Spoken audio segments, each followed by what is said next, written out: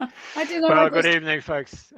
7 o'clock in Queensland. It's 8 o'clock in New South Wales, where our guest is coming from tonight.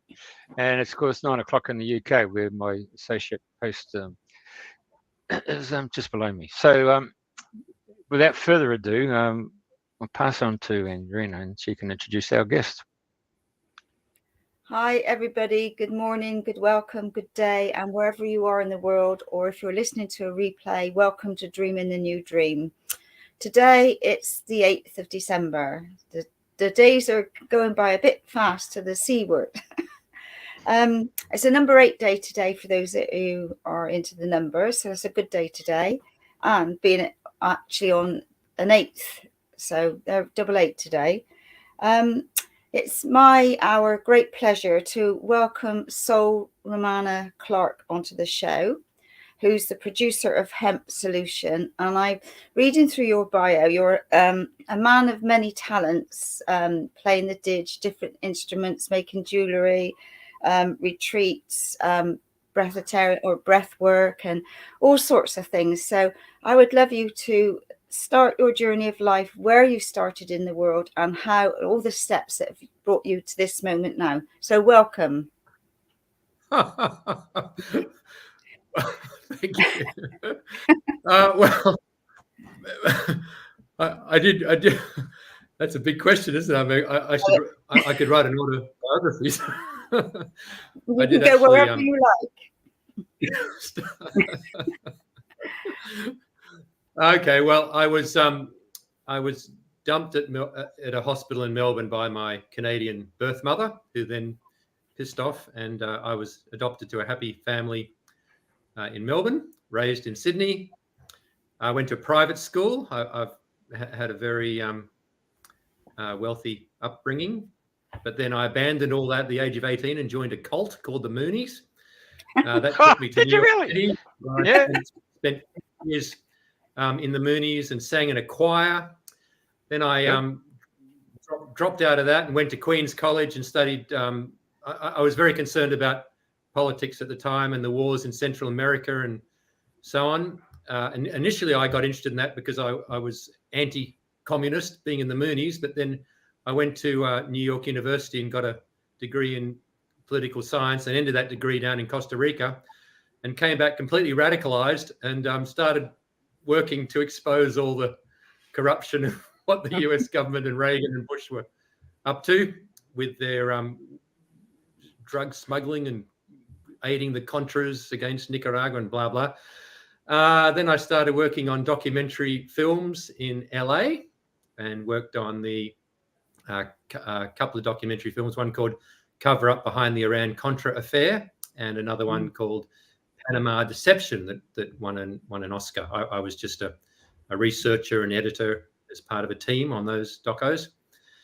And then I wanted to start a doco called Drugs and Deception because I was very concerned with the war on drugs and the way that governments and like agencies like the CIA and others were actually using the war on drugs for their own ends. And how the war on drugs was also drugs and illegal drugs were a weapon of geopolitical power. So I wanted to expose all that, but then I got a few death threats, so I stopped doing that. And then I read a book by Jack Herrera called The Emperor Wears No Clothes, and I thought, well, I could include a little bit of a critique on the drug war by doing a documentary on cannabis, and also at the same time show all the wonderful things that the cannabis plant can do, because it's not only an issue of marijuana and cannabis medicine, but as we're going to talk about, it's an amazing plant and it's been unfairly repressed. Mm-hmm. So I started that in 1991, and so I made that and then released it as a film in 95, and it went to 100 cities on 16 millimeter film around the world. And then it did a DVD release, and then I did a couple of updates, one in 2010, and the last update I did was 2016. So it's even that long ago is what's that, 6 years ago. There's a lot has happened in the last 6 years. So to do this radio interview, I've had to do like a week of study to catch myself up. Love it. You're very lucky. I'm thinking, someone's got to do it. I started this in 1991. I didn't expect to be like an ongoing authority on the cannabis hemp plant, but I keep getting called. I did a lecture recently at the Rumour Rotary Club for the Rotarians about cannabis hemp medicine, and did one for the Bermagui local university in our local town. So I keep, and then at Nimbin they asked me to do. I went to the Nimbin Mardi Gras, which is Australia's sort of leading town in the epicenter of countering the laws against cannabis and trying to, the nexus of the cannabis movement, the legalized cannabis movement. Anyway, they asked me to do a ceremony last Mardi Gras, so I actually did a bit of civil disobedience and led a group of 120 people in a cannabis meditation ceremony. Wow, that must have been amazing. I seem to just keep getting called to be an ally and a supporter of the cannabis plant, which is quite a blessing, really. I'm quite happy to do the job because it's a wonderful plant and I'm all for it. So, a couple of other things I've done. Anyway, I don't know about cannabis and the plant. Story. I also had a shop in Central Tilba where I promoted hemp clothes and made jewellery and promoted my DVD and other things in a little country town on the far south coast of New South Wales. So I did that for 28 years, and then the last 4 years I've been retired from that and been focusing on a retreat centre in the bush. It got burnt down. I've had to rebuild it. So I've been out in the bush rebuilding a retreat centre for most of the last 3 years since the bushfires. So there you go. There's my whole life story. Right. So for those people that don't know much about cannabis and the benefits, and there's obviously all sorts of wacky stories and shouldn't be taking it and all of these. Can you enlighten for some people all about it and what it does and the benefits? Oh, hang on a sec. I've got a 5-minute video of souls. Shall we play that? Yeah. Is that 5 minutes? Because that's a 5-minute trailer. Okay. I think that'll. Yeah. Yeah. Go for it. I think that's going to be. I think that's going to be quite empowering, isn't it? Okay. Just a moment. When it's got music soundtrack. I don't know if I've actually gone and set it up. I'll just see if it does play. You have to tell me if you get the audio because I'll have to go and reset it. Did you get the audio? Oh, no. Okay, I know what to do. You carry on talking and I'll set it up. I need to go back in and connect it to put the audio to it. Just 2 secs. Oh, present. By the way, I met Sol and Chuck down at the there we go. Shanti. Shanti at the Nimbin event. Mardi Gras. Yeah. Let's go with this. Okay, let's start again. For as long as we can look back, it's thrown in its lot with us. Marijuana has been associated with human camps as far back into the Paleolithic age as we can look. And there are a few plants in the world that have been as useful to human beings. But in modern times, to merely be in the presence of this plant can be a criminal offence. Millions have been and continue to be arrested.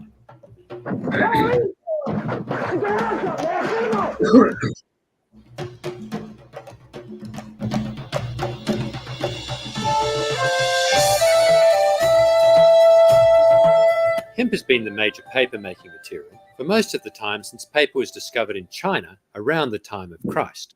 The world consumes hundreds of thousands of tons of paper each year.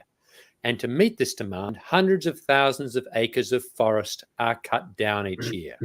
It's a worldwide crisis. There's no need to be flattening these forests. We could be doing it with alternative fibres. Hemp and canaf are just two of them. The textile industry is also experiencing a resurgence of interest in hemp.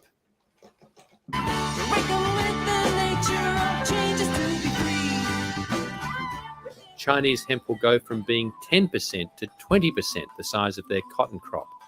There are good reasons for this. The cotton industry is basically a chemical industry. Unlike cotton, hemp can be grown entirely without pesticides or insecticides. An acre of hemp grown at a sewage treatment plant could soak up 10 million litres of effluent and at the same time produce 18 tonnes of valuable hemp fibre. The English recently completed the world's largest hemp building, the 4,500 square metre Adnams Brewery. While growing, this hectare of hemp would have absorbed 18 tonnes of carbon dioxide, which becomes locked into the walls of the hempcrete house. BMW and Mercedes-Benz are using hemp in components. We envision hemp as being a complete new wave of the Industrial Revolution. Hemp seeds contain up to 40% high-quality oil. Many great paintings are hemp oil on hemp canvas. It is a nutritious base for cosmetics and is also a highly nutritious edible oil. Dr. Udo Erasmus states that hemp oil contains the best balance and quality of essential and beneficial fatty acids of all the seed oils. It has a near complete balance of essential amino acids. Hemp is probably the world's most economical, ecological, and easy way to grow highly nutritious protein food. Now that's something to shout about.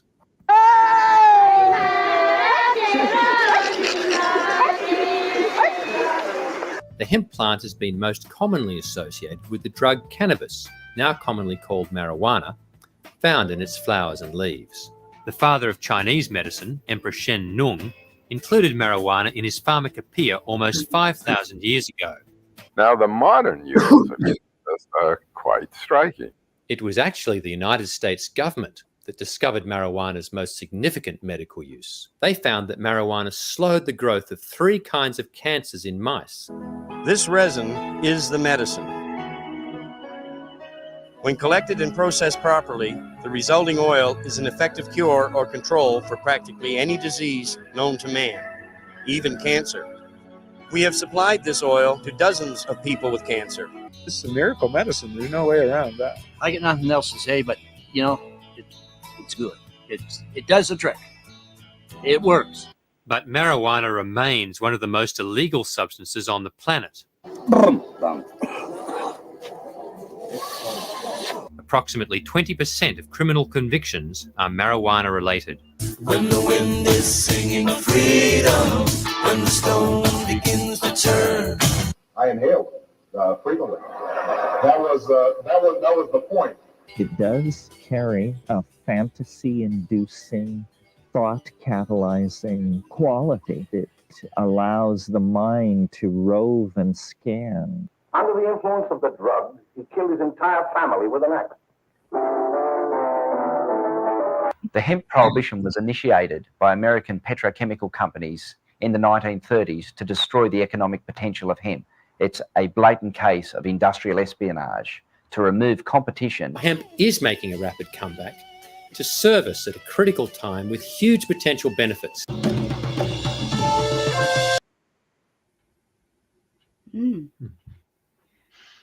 There you go. I think that really is a quite good 5-minute trailer just to awaken people's consciousness. Huh? So are you finding more and more people are going that way now, you know, with all the different things that are going on, that they're getting more into the hemp and the natural ways? Well, yes, certainly since 91, when I first began this project, there's been a huge increase in consciousness of people realizing that we need to work in harmony with Mother Earth, or else we ain't going to survive as a species. So I think there is generally a lot of people who are looking at labels and seeing what fibers they're wearing, seeing if they're organic. Hemp has certainly grown enormously in popularity. I see now that there's some people doing organic cotton, but I do know for sure that it's a lot easier to grow hemp organically than it is to grow cotton organically. So the question then is, why aren't we growing more hemp instead of cotton? And that is still a big unanswered question, because the Chinese have proven that you can grow hemp very profitably and very easily, and with less, certainly less pesticides and fertilizers than cotton. So it's a no-brainer, really. But there's an inertia in existing industries, and existing industries like to keep defending themselves and fight hard to not rock the boat too much. But unfortunately, it took an authoritarian, communist government in China to say, no, we're going to shift over to hemp, certainly for a portion of their fiber industry, and they're very successful at it. They're the only country that's really doing hemp fiber in a big way. There's Europe also is doing quite a bit of hemp fiber now, and it's they're doing things like I mentioned, using the cellulose and hemp to make components for car bodies, but in a limited way. They could still be doing so much more, because hemp is 70% cellulose, and it's the longest and strongest fiber in the plant kingdom. So Henry Ford showed back in the 30s, I think, that you could make a car from using hemp, and it would be as strong as steel. And now the latest technology is that you can actually make beams out of hemp that are as strong as steel. So that technology is here with us. It just probably takes government subsidies and support, to help private enterprise, make the shift, because it's costly. Setting up a whole industry that's going to manufacture on that scale takes support. And at the moment, just looking at Australia, there's so many restrictions on farmers growing hemp. You have to get permission, you have to get the right seeds, you have the regulators come to make sure that the hemp, that the THC level in the hemp isn't too high. If it's too high, they'll come and destroy your crop. But even in spite of that, there are quite a number of successful hemp farmers in Australia growing for fiber and for food, and then some for medicine. But that's another story. But we have so much more potential than we're allowing ourselves. And Canada is just a case in point, because in Canada they've legalized all aspects of the cannabis plant, including the marijuana and the medicine, and their farmers can now grow fiber and medicine, or seeds and medicine, in the same crop. It becomes extremely profitable, and there's not all the policing and the licensing and the restrictions. And their cannabis hemp crop is now worth $1 billion and rising rapidly.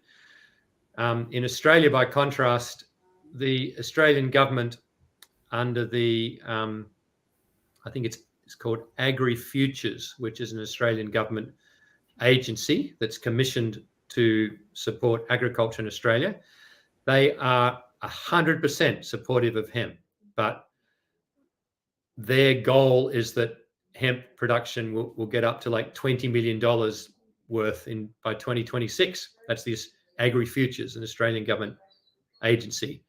That is minuscule compared to what, Canada's already $1 billion. China, we don't know. China's probably, around that that or more. But China is also restricted in that they're only allowing it under very strict control, with no ability for farmers to procure the medicine from the hemp crop.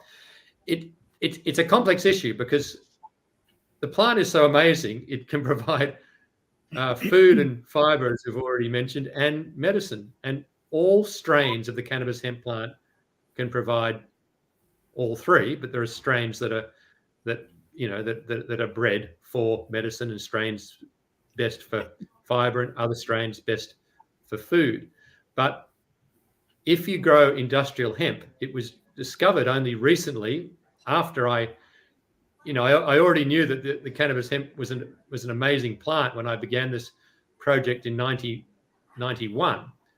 But sometime during the 90s and then towards the late 90s, it was discovered that even the industrial hemp crop is high in a cannabinoid called CBD, which is a very valuable medicine. And now there is a huge interest and market and realization that CBD, even from industrial hemp, is an extremely valuable medicine. So that makes it a doubly good crop for farmers. They could specialize in growing it for seed or specializing it, grow specialized strains for fiber. But on top of that, still be able to sell procure really valuable medicine. So it's an extremely valuable crop if we could just drop the legal restrictions. And Canada is the example of that right now. So we're wasting a huge opportunity in Australia, and most countries in the world are wasting a huge opportunity by being so caught up in fear around it and so pragmatic.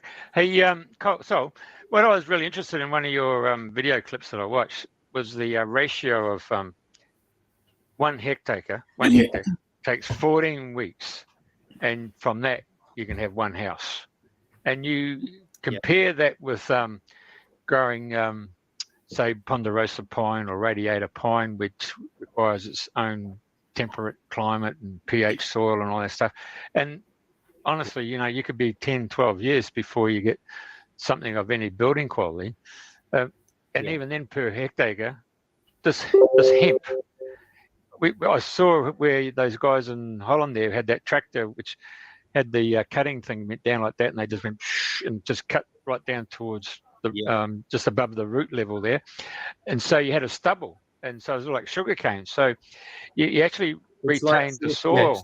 Very much like sugar cane, Yeah, so you retain the soil because a lot of these crop seeds get put up like that, and the next season become a dust bowl. So I saw that and I thought, oh my God, you've now got a stubble there that's going to obviously regrow. And the other thing is, it's such a tall plant.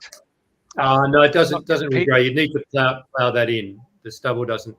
It's only an annual plant, but the stubble does provide fertilizer for the soil, and it stabilizes the soil. So it's very good at stopping soil erosion, and grown in rotation with other crops, it's also very beneficial to provide nutrients to the soil and suppress weeds. Yeah, because that's the other thing, because it's such a tall plant, isn't it? So it's not as if it's going to be like a tree and needs to be pruned and trimmed and that. It's almost like a tripod, isn't it? Tripod's just going straight up. And what I liked about that is you had a film clip in Nepal there where it could actually be used as firewood. I mean, it just keeps on giving, doesn't it? As a fuel. Yeah. It does. Yeah. This is. I know we talk about. I'm wearing a vest. Oh yeah, go. Oh, I was just saying this is from Nepal. This vest where they hand make the fiber. They pull the outside fibers off the stalk, and when I went over there, I saw them doing that, and then spinning it into thread, and then using a hand loom to make.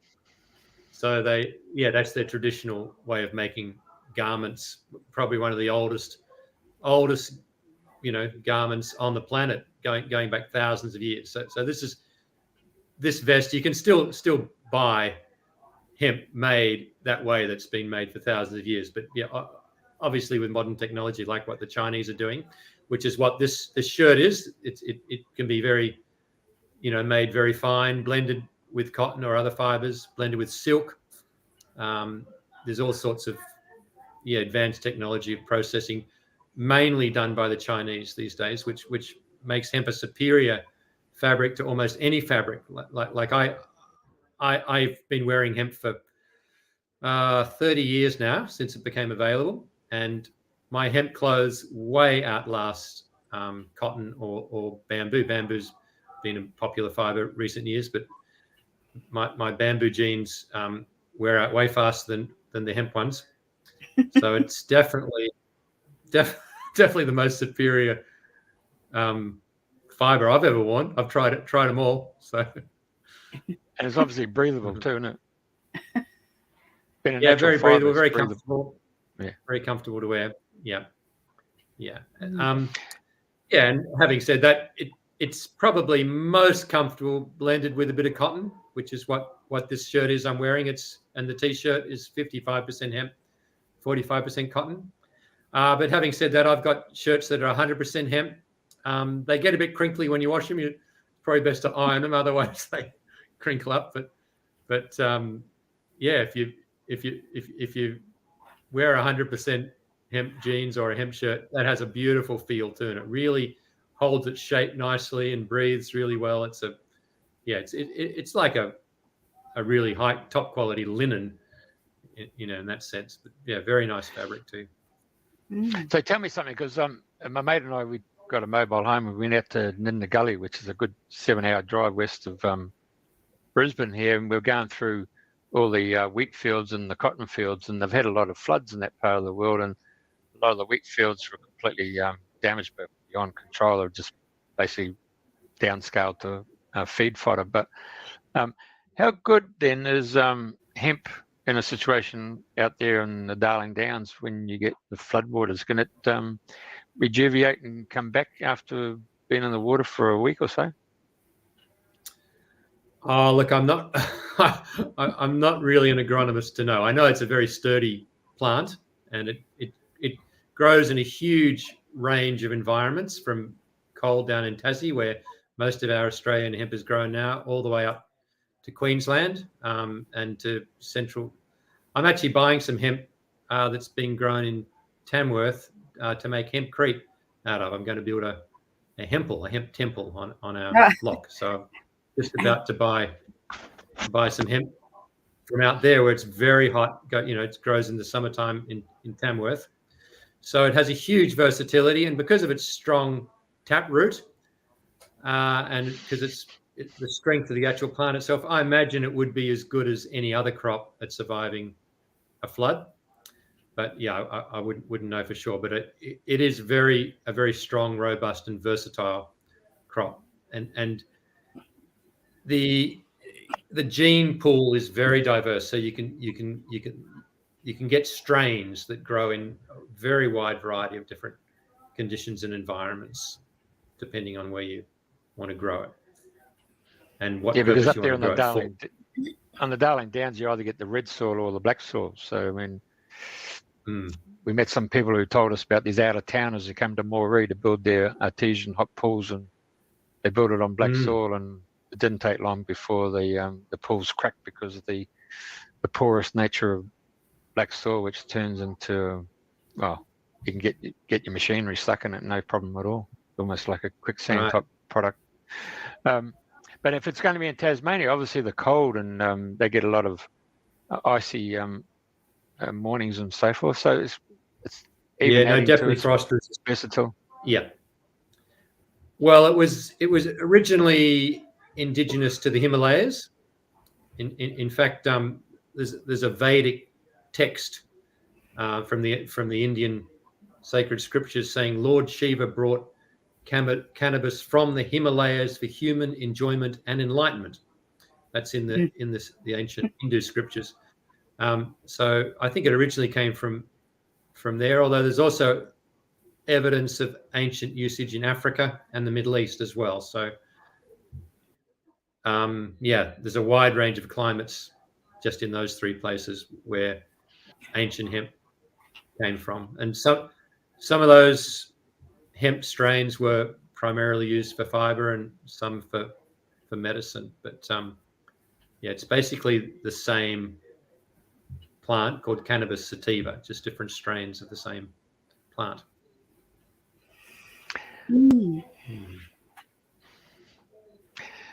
So do they have the guys in Canada, I mean America there, I was up in Colorado there a couple of years ago, and of course that's all opened up, and off you go. You get your cannabis medicines there in Denver, and there's a lot of states that were very poor that opened up to hemp and cannabis situations, and their tax, the state's tax coffers have benefited substantially as a result of opening up to putting cannabis out there, like you go into the Netherlands, isn't it? Yes. I think about half the states have legalized either marijuana or either THC, the psychoactive cannabis, or the medicinal cannabis, which includes THC and CBD. Some states have legalized CBD and THC. Some have legalized just CBD, and some have kept it all illegal. So it's a bit of a mixture over in the States. But yeah, the ones that have legalized everything, like Colorado and California and Seattle and Oregon, the cannabis industry there is really booming, and they haven't experienced adverse, side effects of kids getting overly, I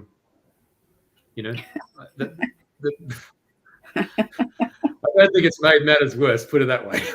I'm sure there's still kids who are more interested in getting stoned than going to school, probably before Prohibition or after Prohibition. But certainly dropping Prohibition hasn't made matters worse, for sure. And I don't think there's been, I think if anything, it's improved matters based on the latest research that's happened in California and Colorado. That includes, road accidents, and it also includes statistics relating to addiction of harder drugs. So when cannabis is, as Dr. Andrew Weil, who's a very notable doctor in the United States, as he says in my documentary, the desire to the human's desire to alter consciousness is a very fundamental part of humans. Humans have always wanted to do that, and for that reason, the drug plants are the oldest known cultivated plants by humans. So the question is, how are we going to deal with that natural desire in a safe and healthy way? And that requires wisdom and education. And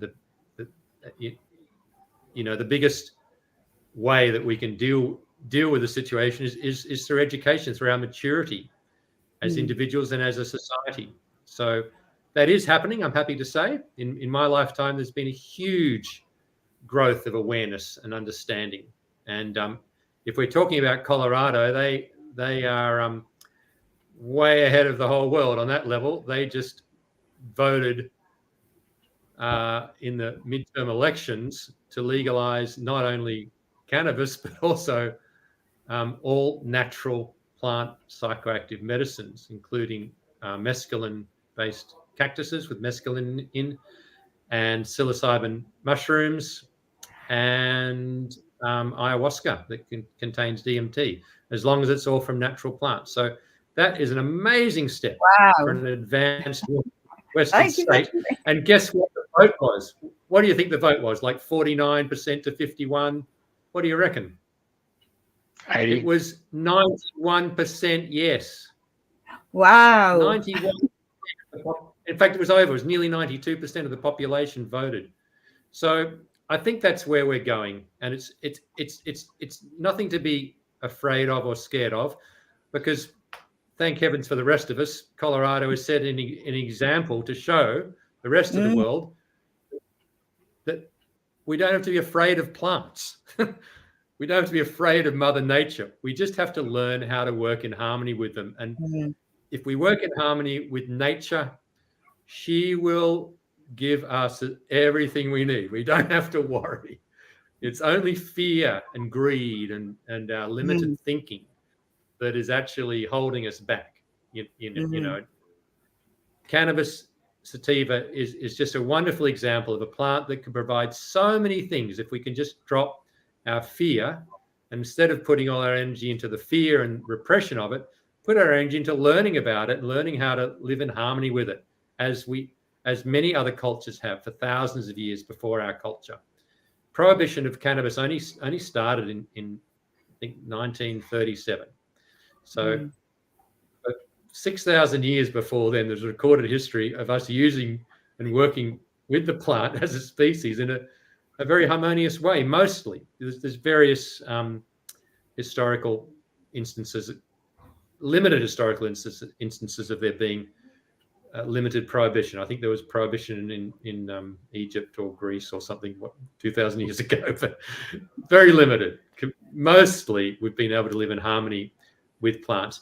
But the thing about it is, though, that our white European culture, of which I'm from, has way less experience than other cultures with the psychoactive plants, and there's always, well, for many years, including the repression of the so-called witches and all that, there was active suppression of those women and others who were proponents of plant medicine, and probably some psychoactive plant medicine as part of that, and they were wiped out of Europe. And there's been very little experience, as a result, in the Western civilization of working harmoniously with psychoactive plants, apart from alcohol, which doesn't really add up as a psychoactive plant. It's basically the only drug, which has been allowed, and tobacco and alcohol probably the most dangerous of them all. So anyway, we have much to learn, and we are learning from other cultures at this point how to work, harmoniously with psychoactive plants. And if we can get over that fear, then cannabis has so much to offer us, and industrial hemp will be freed way more easily if we could, just drop that immature fear of one thing called THC, one little molecule in some of the cannabis strains, not all of them, but only some of them. I mean, there's even paranoia about CBD right now, which is completely non-psychoactive, and yet farmers who grow industrial hemp are not able to procure CBD from their crop, and that it makes no sense at all. Industrial hemp has to be below 1% THC, and industrial hemp, that is nothing. There's no psychoactive effect of industrial hemp. It takes at least 10% THC, 10 to 20% THC to be called marijuana. So our laws are very backward. Yeah. There's hope, because I have hope for human evolution. Colorado is proving the fact that even white cultures, white civilization is evolving, and it's happening. There's only it's only so long that silly laws can stay in place. So looking at the big picture, there's a lot of hope. We are evolving, and I'm sure there's a bright, rosy future for our for humanity to work in harmony with cannabis hemp in the future, and it's happening. Just in the last 30 years, there's been just an enormous growth of understanding of the plant, and enormous growth of technology. And some of the cutting edge technology is very exciting, things that I wouldn't have even dreamed of. Like right now, that some of the latest research is showing that because the cannabis fiber is so high in cellulose and so long and strong, it has lots of uses, including a substitute for graphene to make batteries. So what they're finding is if they get the bast fibers from cannabis hemp and they heat it up in an oven and carbonize it, then it actually turns out to be a substance that is superior to graphene, which is used in big industrial batteries. And then the question is, well, could that then apply to regular batteries, like our lithium-ion batteries? So there is research. The problem now is that it's a bit too bulky, but it certainly can be used for industrial batteries, or if we had a solar farm and needed to store large amounts of electricity and size volume wasn't an issue, then hemp batteries with the latest research look very promising.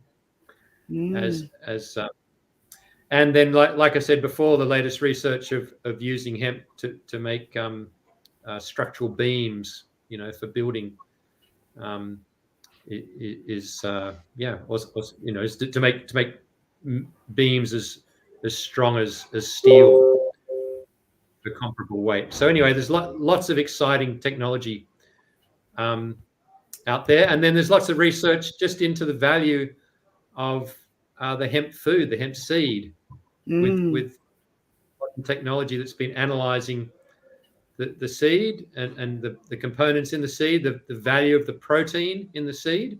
It's probably, as a protein source, probably the second to soybean as the high protein food source, but way superior to soybean because it has all the full spectrum of the essential fatty acids, the omega-3, omega-6, omega-9, and two other ones as well that are also the one that's in evening primrose oil. I forget the names of them, but it has the fullest spectrum of the essential fatty acids of any of the seed oils, and the protein is also in a form that's very easily digested.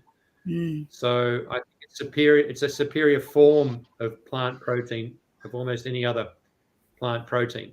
The only challenge is to be really edible, you have to dehull it. It's a bit like you have to dehull walnuts and macadamia nuts and sunflower seeds. So it's a similar kind of challenge to dehulling or a pumpkin seed. So it's similar kind of challenge. You have to dehull it, but they've now got dehulling machines, and hemp seed would be a way superior alternative vegetarian protein to soybean, way superior.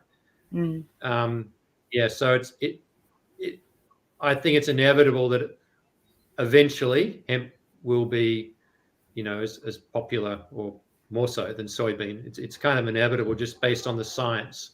But there's a huge inertia, in changing industries over and getting it growing. And like I say, we have to let go of all the fears and restrictions around it too for that to happen. I'm reading on now. And so, we've had a lot of industries that have been destabilized. And when we saw Encyclopedia Britannia, when Bill Gates, when he was setting up his IBM compatible computers, and he went to them and said, "Oh, look, how can we bundle the Encyclopedia Britannia into the Windows operating system?" And they turned him down. So he then set up World and Carter. Next second, there's no more Encyclopedia Britannia. And of course, same thing happened with the digitization of cameras. So you didn't have to go to the pharmacy and wait a week before you get your film produced. And then we've seen the likes of Uber come along, and next second, they don't have a product.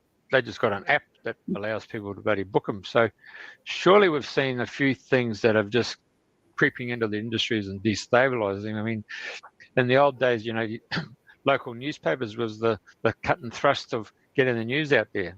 It's gone, so, and we've seen the birth of social media for getting your personal notices out there and looking for a boyfriend, girlfriend, husband or wife. I mean, it's just the paradox of our whole generation is shifting. So yet I'd give it a lot of credit to the fact that there was a gentleman here in Australia called Peter Andrews who went on to show you how to take a property and make it drought proof. And unfortunately, his bank at the time, National Australia Bank, really forced him to the wall. He had some personal tragedy there as well. But lucky,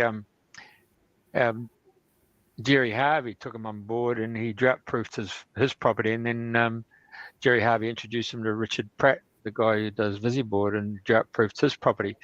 And then, to his credit, Jerry Harvey then had to go and re-educate members of the agricultural community, both at university level and within the agricultural departments, to show them how to stabilise the farm and get that drought-proof system in place. And there's some really simple techniques.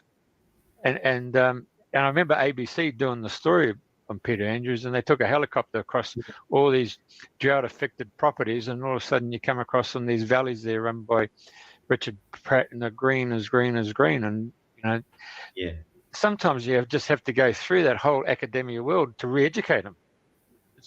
I find it really frustrating that our politicians are really people who've gone to universities and become lawyers and never really been like our founding farmers who've come from an industry and have an understanding of industry. The lawyer politicians just hand it back to the academic world and being an expert, and then they've got all these little checkpoints. There's no intuition, there's no feeling about getting in touch with nature itself and working with nature. I find it. I'm flabbergasted at times, mate. It's a challenge. I think that's a challenge for all of us who are waking up on this planet to look around and say, what planet am I on? It seems so obvious the way things could be, doesn't it? But I think we have to. I think we basically have to forgive our world, don't we? Otherwise, we're going to end up just being very angry and have righteous indignation and piss everybody off around us. So I think we just have to keep holding the light of truth and just keep being that. Keep supporting all of us individually, wherever we find ourselves, supporting activities, industries, lifestyles that are sustainable, healthy, and in harmony with Mother Earth and in harmony with nature, and that aren't ruled by fear. So wherever we find ourselves, we just have to keep holding that space. And I basically, just find myself letting go of my worry and frustration. Otherwise, it's going to cause me too much anxiety, and I'm not going to be able to help anyone if I'm all, pissed off and anxious. I do keep hope alive in my own being, because I do see a lot of positive things happening. There is a lot of science and technology which is helping us, teaching us things. There's a lot of ancient wisdom from indigenous cultures that we are also, realizing that we need to learn from. There is also an increase in people expanding their consciousness by breaking out of old thought systems, old religious thought systems that have been around for thousands of years, and realizing that, having more expanded states of awareness in their spirituality. There's a whole, in the last 30 years, just been a huge explosion of consciousness on the planet. So I can see lots of positive things, and one of those, coming full circle from talking from science and technology and indigenous, influences is the plant kingdom itself, teaching us through plant medicine. And I think that that's something which I am very reverent about. Like, I might go to church and, thank Jesus or thank Buddha in a temple, but I'm also very reverent towards plant medicines. And I think that the way the plant kingdom is just subtly creeping in to human consciousness at this time, with the assistance of ancient traditions, from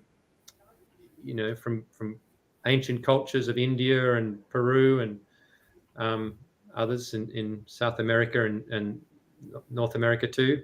The way that ceremonial reverence of plant medicine is coming back into the Western culture is quite amazing. I'm quite astounded to meet so many people who have had experiences with those ancient, in a ceremonial context, with ancient traditions carried through into the modern world of using sacred medicines like ayahuasca or San Pedro or peyote or cannabis in a reverent way to actually expand consciousness and not just get stoned and drop out.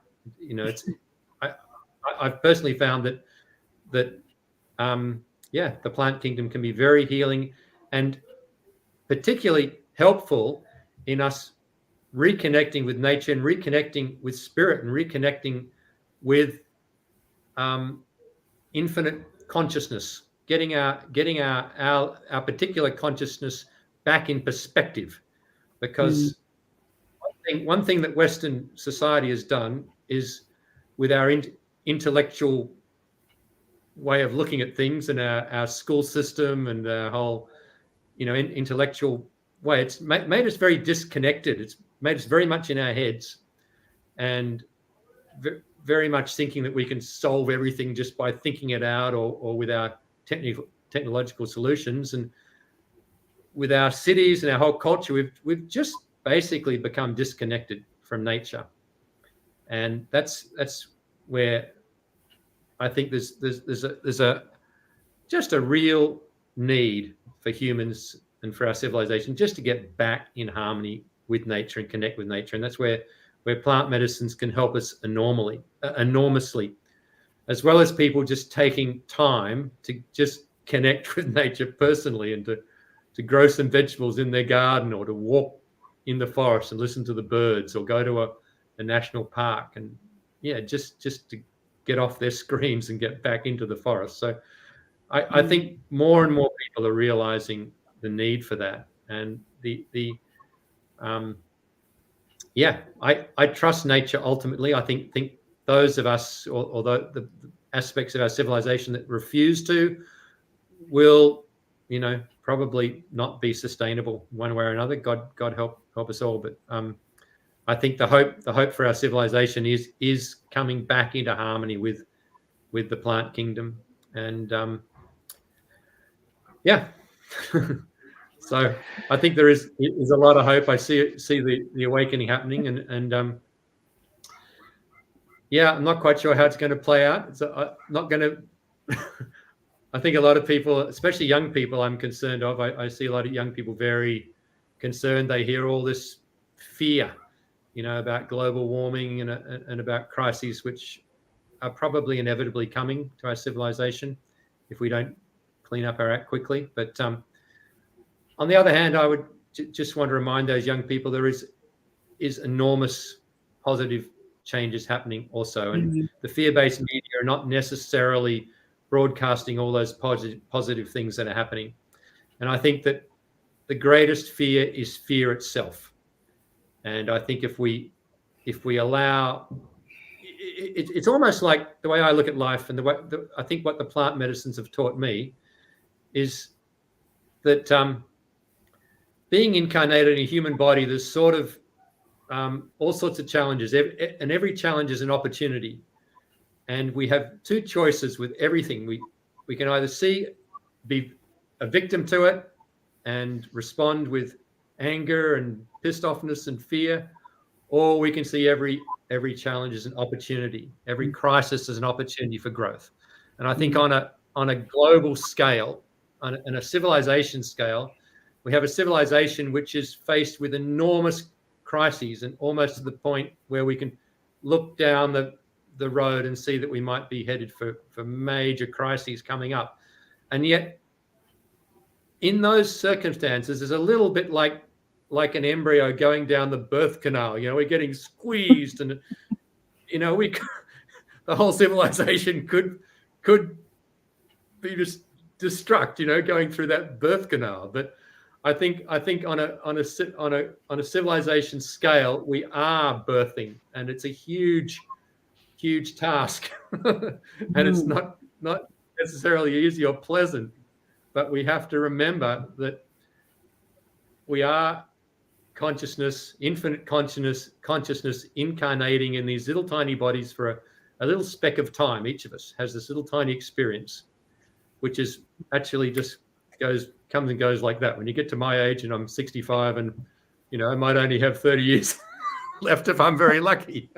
It's nothing. You realize as you get older, you realize how an individual life is not really what it's all about. There's way more at stake. And so I think we have to overcome our fear of dying and our fear of impermanence. And I think the Buddhists, the Dalai Lama, who meditates on his death every morning, and where they make those sand mandalas and bush them out, destroy them with a flick of the paintbrush. I think we have to realize that on the bigger picture, we are going through a birth canal as a civilization, and I think there's enormous hope. So yes, I am frustrated, Jeffrey, like you are, with the the Australian government and bureaucracy and our health ministers and the TGA, and I go, bloody hell, how can they be so dense? And yet that denseness, that immaturity, that narrow-minded consciousness is not sustainable. Truth is bubbling up, wisdom is bubbling up, awakening is bubbling up. Species. So to summarise what you've said tonight, summarising, if I was a farmer and I had 500 acres and I'm listening to the show, and I could turn that 500 acres into growing hemp,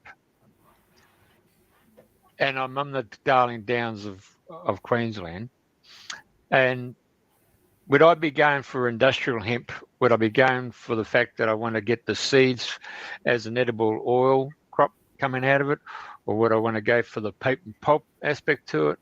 Do I want to go for the medicine type of thing, or do I want to go for the food? I mean, there's so many derivatives of this plant. What would you suggest to a farmer who wants to take the punt and realise he doesn't have to fill it with that field with fertilizer and chemicals, Yeah, I think that in Australia at the moment, you wouldn't be growing medicine if you're on the Darling Downs and you're doing broadacre farming, because just to mention that briefly, if you're growing it for medicine in Australia, you need to spend probably $1 million on a high security system. You have to have laser security around everything. You have to be in an area where no one's going to see it. You have to hire security guards. It's just like, what's your $1 million just to set up a cannabis medicine, even if you're growing CBD, which is non-psychoactive. That's how prohibitive the cost is. There are a few bigger businesses which are getting into growing hemp, but it's very, cannabis legally, but it's very hard for them to actually. I bought some shares in a couple of medical marijuana companies, legal ones, but the shares went down over the last few years. It's been very difficult for them.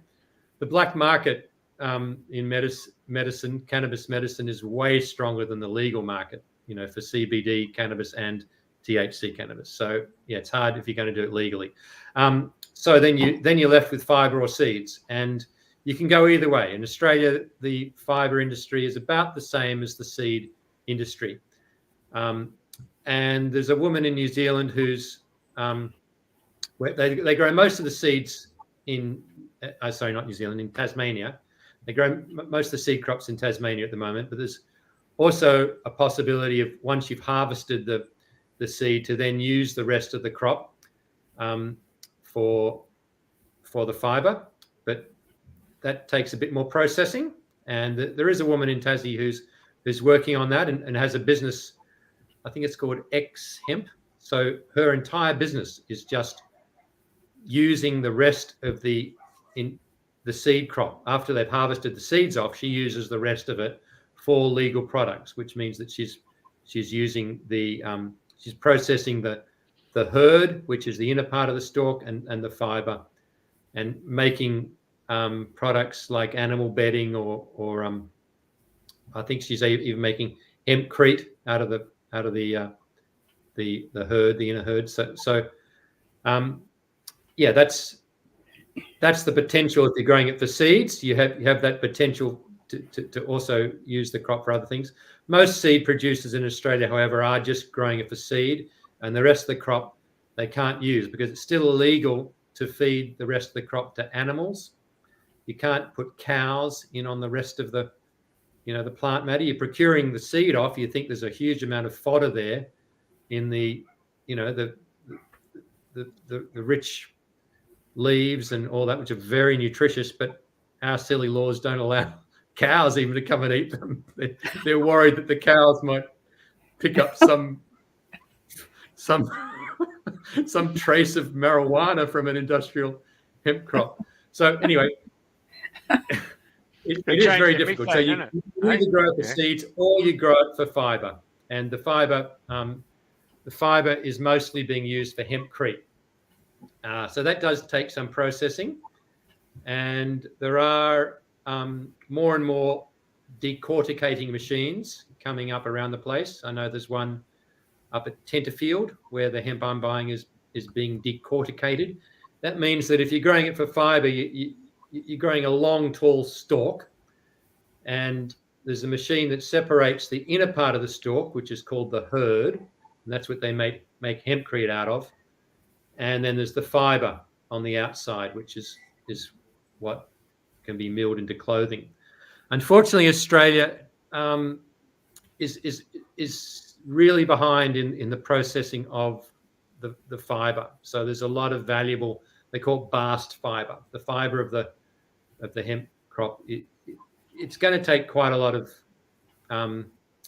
processing for us to be able to get the machines like China does to process the hemp into valuable fibre. So unfortunately, we're not really using the fibre very much at this stage. Most of the industrial hemp that's been grown for fibre is using the inner part of the stalk, and that does require decortication. But that is still proving to be profitable. Farmers that are, there's still farmers that are doing that and making a profit out of it. Exactly how much profit, I don't know. It's a beginning industry, so I think that, yeah, like any industry, it's sort of slowly getting there. But overall, it is really being hampered by our laws, because if the farmers, if they were able to grow that fibre, as I've said before, if they were able to grow their fibre crop and then also procure medicine from the same crop, it would be a very profitable crop, as the Canadian farmers can benefit from. But nevertheless, there are Australians who are doing it, and I think that they're very, brave and bold Australians who farmers, who have a vision and who can see that this is the right thing to do. It's the appropriate thing to do. It's a no-brainer that cannabis hemp, is a plant that should be supported. And AgriFutures, like I say, AgriFutures, the Australian government's agricultural sort of supporting body, they're also very supportive of it and very, very encouraging the farmers to grow it. I don't think there are subsidies at this stage. It'd be good if there were. It'd be great if the government just really got behind it and subsidized it for a little while to get these industries off the ground, to help buy some decorticating machines, to help buy some hemp seed processing machines to sort of support the industry in that way. But even without that kind of subsidy, there is still a growing industry. It's growing at about 17% per annum, the industrial hemp industry in Australia. So that's a pretty rapid growth, really, considering the restrictions that are happening. It's still growing pretty steadily. So yeah, there's a lot of hope, and they're doing studies to show that cows can eat the stuff and not be damaged. That takes about, I think we're at about year 5 of a 5-year study going on to try and prove that cows can eat it, in which case it would be even more valuable for farmers who are growing hemp and cattle, that they could then procure feed the residue after they've harvested the fiber or the seeds, to feed the rest of it to their cattle. So and they've got cow manure as well, so it's natural. Proven, yeah. The cow manure as well. Yeah. Yeah. I mean, at the end of the day, for us with Queensland, it's you've got Queensland cotton, you've got Namoi cotton, cotton traders. These guys are up there in the Queensland and the northern New South Wales, Namoi, just massive big cotton farms that are coming to the gins and stuff. It's just, if some of those took the bite and went for the hemp, just to reduce the water allocations that would then service the whole Murray, Darling rivers all the way through New South Wales, Victoria into South Australia. From a national perspective, there's a lot to be said for introducing the hemp in those areas, isn't it? Well, there sure is. I mean, as far as I understand, most of the cotton we're just shipping straight over to China for processing anyway. So, the worst case scenario, if we just grew the hemp stalks and shipped it over to China for processing, that would be equally as good, and if not way better, because it does require a lot less of the chemicals. As my documentary says, Dr. Kate Short says, cotton is basically a chemical industry. It just takes a huge amount of chemicals to suppress the weeds, which hemp doesn't require. It doesn't require that much herbicides, because the canopy of the hemp leaves just blocks out the weeds naturally. And then as far as pesticides, there might be some pests that might get in. That's kind of inevitable in Australia for a broadacre farm. Might need some pesticide use, but it's a way more robust plant. Well, I imagine, I think it's a way more robust plant than cotton, as far as I have heard. So certainly way less, weed killers, and probably less pesticides required for hemp than cotton. So and as far as water goes, it would need irrigation too, but possibly less than cotton. I'm not an expert on that, so I couldn't say for sure. Wow, that's amazing. Because we are in the greatest change of history at this moment in time. Everything's moving, changing, and we've all chosen to be here at this time to help waken up humanity and help each other. And nature is the greatest healer of all, isn't it? And I think with all the different things that have gone on, more and more people are looking at the herbs. They're looking at all different aspects of nature, and there's finding the balance within, eh? Absolutely, and dare I say it, but the drug companies have made their billions of dollars from looking at nature. That's where they've got so many of their patents from, is just from looking at the plant kingdom and going down to South America and trying to patent things and plants that have been used for thousands of years naturally. And I think we're realizing more and more just how much nature has to offer. It has everything that is in nature. And I'm really glad to see a growing awareness of natural medicines and natural products, and it's a very healthy part of our evolution right now. And our coupled together with our modern scientific analysis of natural medicines. I mean, when I was a kid, no one knew about turmeric. And now I think, now the extract of turmeric called curcumin, I find is by far the best anti-inflammatory if I've got a sore back, or an inflammation. And when I was a kid, also no one knew that cannabis was a great painkiller. If I get a sore back, I'll have a bit of cannabis oil that I make myself. I just dissolve cannabis and coconut oil, and it's just a natural product, and it works so well. And I don't have to go to a pharmacy or get a prescription. There's just so many. Yeah, the plant kingdom has so much to offer, and I think that the drug companies don't want us to know about that. They would rather we support their billion-dollar profits and buy their products, and stay sick. I really don't think I know modern science and modern medicine has done an enormous amount. I don't want to undercut their place in the grand scheme of our health, but there's so much that we can just get from natural medicines in a way less toxic and less dangerous way than. And you don't get a list of you don't get a list of side effects, do you, with the plants, like you do on a box of medicine? Well, it's when you synthesize those plant compounds, when you synthesize them and extract them, and then isolate them, that's when you're running into problems, because the human body is not adapted to those synthetic substances that are then isolated. And the same they're finding with cannabis medicine. If they try to isolate or synthesize THC, for instance, the main active ingredient in marijuana, they realized, 30 years ago now, that it had great medical use. So they tried to extract THC and sell it as a medicine, just THC, and it just didn't work. It just made people crazy. So it didn't work. So it's now commonly understood that whole spectrum cannabis is going to be way more effective, no matter what you're treating. If you want the non-psychoactive CBD, which is the other main cannabinoid that we've done research or know about, it's still way more effective to have CBD it's called full spectrum cannabis. It's way more effective if you have it with all the other cannabinoids in there as well. And there's about 100 of them in the cannabis plant.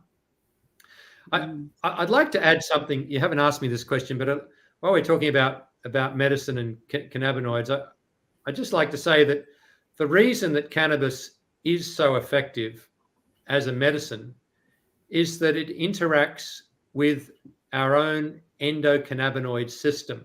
And that was discovered by an Israeli doctor called Dr. Raphael Mechoulam, about 20 years ago. He's really like the father of cannabis medicine. He's a beautiful man. He's now 90 years old.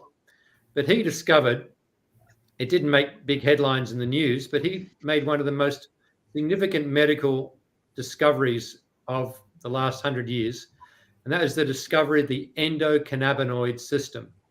And that is a system within our own bodies that cannabis relates to, but it is a system that also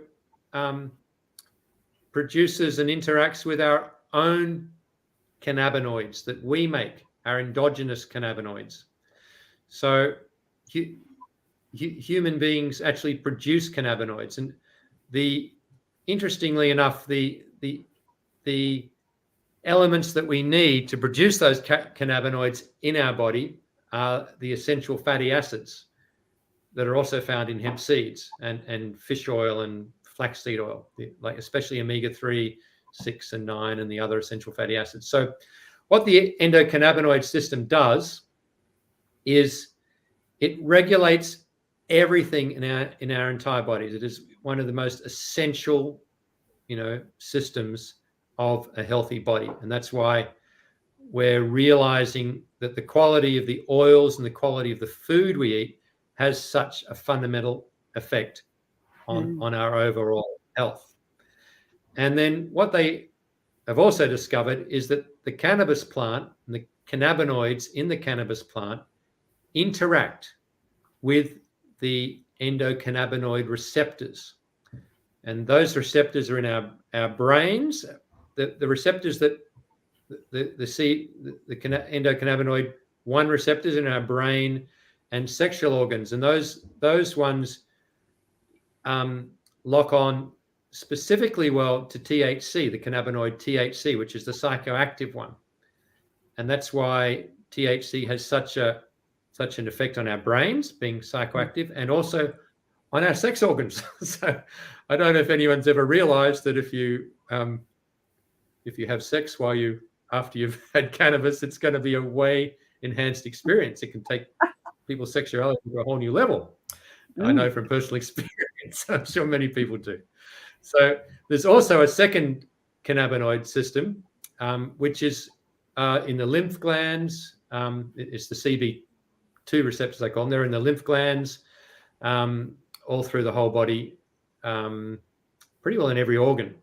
And that interfaces with all the other cannabinoids in the cannabis plant, being CBD, and they've discovered about 90 others at this point. And it's a huge, just beginning body of science, because we're just beginning to learn about all these different cannabinoids. And now there's a very rapidly evolving science and marketing going on, especially in the places where it's legal in the United States, where they're learning about the cannabinoids. And then also, on top of that, different strains of cannabis have different terpenes. They're the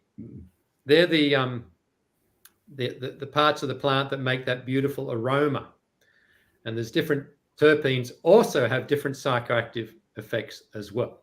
So we're looking at, maybe 120 different compounds at this point in the cannabis plant that all have potential medicinal use for almost every kind of ailment, because they interface with the endocannabinoid system that regulates every system in our body. So there's never been a plant that could have potentially so many different ways of helping humanity as in a medical way. It's never, there's nothing else that comes near it in its medical use. And the other thing is it's completely non-toxic, compared to other medicines that are in use today. Cannabis, because of its natural affinity and compatibility with our endocannabinoid system, it's very compatible with our bodies. You cannot have too much cannabis, that would be lethal or harmful to our biology. Sure, you can have too much THC and you can feel nauseous and vomit and feel horrible. And some people even feel like they're dying if they have too much by mistake. But by the next day, it's not, you might be tired the next day, and by the third day, it's fine. It's actually not, even at such huge high doses, it's benign. It's benign. So I think for that reason, there's just a huge potential. The biggest challenge is getting money for the research, because the drug companies don't have any interest in it. Even in the places where it's legal, all the big money that's going into researching comes from the drug companies, and we know they have profits of billions of dollars, literally billions of dollars every year. They have no interest in supporting research into cannabis, because at the end of the day, if they prove that cannabis works, people can just grow their own strains of cannabis at home. They makes the drug companies redundant, and that's what is happening in the places where it's being legalized. And I don't want the drug companies to be redundant, because I'm sure there's something that I'm sure there's a part that they could play, but I think their part is unnecessarily big at this point. Totally. So I think to get things back into balance, and the balance is inevitable. It's inevitable as we wake up. We'll inevitably as a species, if we are going to keep evolving and growing and being sustainable, which is we have to be sustainable if we're going to keep living on this planet, then we will evolve to understand it. Just working with plants, and cannabis in particular, and all the other plants, just working naturally with plants is the way for us to achieve our optimum health and optimum success as a species. Well, amazing. I've learned so much from listening to you and your sharing, and it's been really enlightening. So and amazing that Colorado are setting the scene for us to follow, eh? Amazing. Yeah, really, really amazing. Go Well, on, you Colorado. yeah, gosh. Yeah, so I better go have a holiday over there and see what see what natural medicines they've got in the local coffee shop. No, it's amazing. Right. Well, that for me, that was absolutely fascinating. Thank you so much for sharing all your wisdom and knowledge. And I know most of our listeners would have learned a lot more from you than the average. You read about different things and what have you. So thank you for your sharing. Thank you, Andrena. You're welcome. Thank you, Jeffrey. Thank you, Sol. Yeah, very good. Very good. Love it. All right.